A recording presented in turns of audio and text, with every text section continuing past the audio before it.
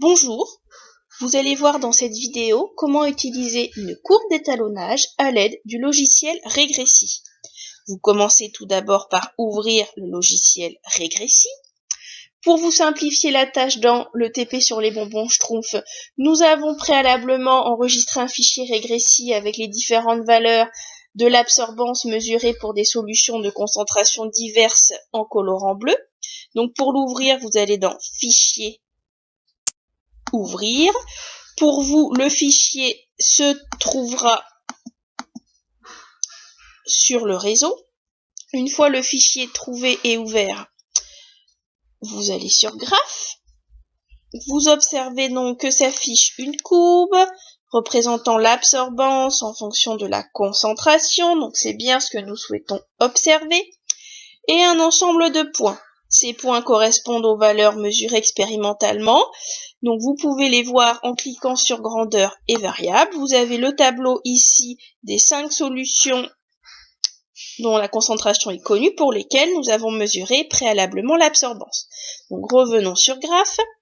Pour pouvoir utiliser cette courbe d'étalonnage, il est nécessaire de la modéliser, c'est-à-dire de déterminer quelle fonction mathématique permet de relier ces points entre eux.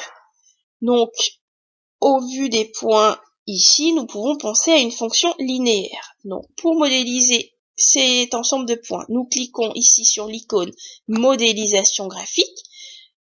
Un grand choix de fonctions sont à votre disposition sur ce logiciel. Donc, nous allons cliquer sur linéaire, puis OK. Qu'observons-nous? Une droite qui semble passer par la plupart des points. Et bien sûr qui passe par l'origine puisque nous avons demandé une fonction linéaire.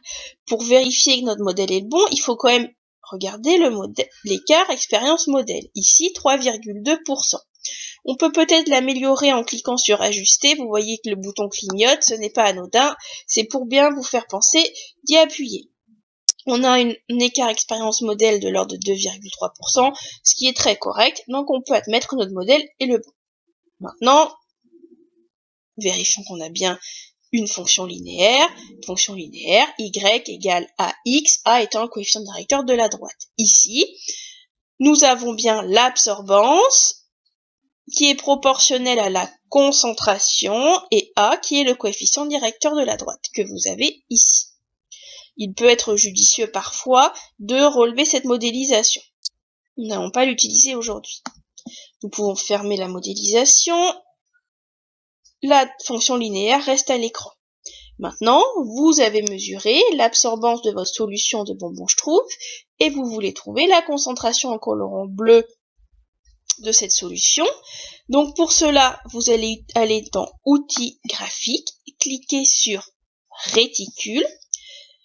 Donc, vous, la valeur que vous connaissez, c'est l'absorbance. Donc, imaginons que j'ai trouvé une absorbance de 0,6. Donc, ici, sur l'ordinateur, vous voyez écrit 610-3. Suivant les versions, ce sera écrit 0,6 ou 610-3. Le A, ici, 10 puissance A3, c'est moins 3.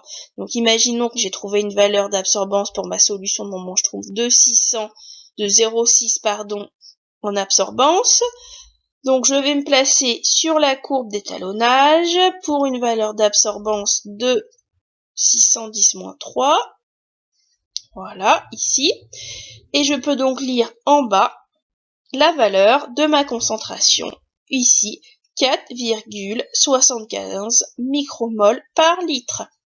Maintenant, à vous d'utiliser la courbe d'étalonnage pour trouver la concentration en colorant bleu dans votre solution de bonbons Schtroumpf.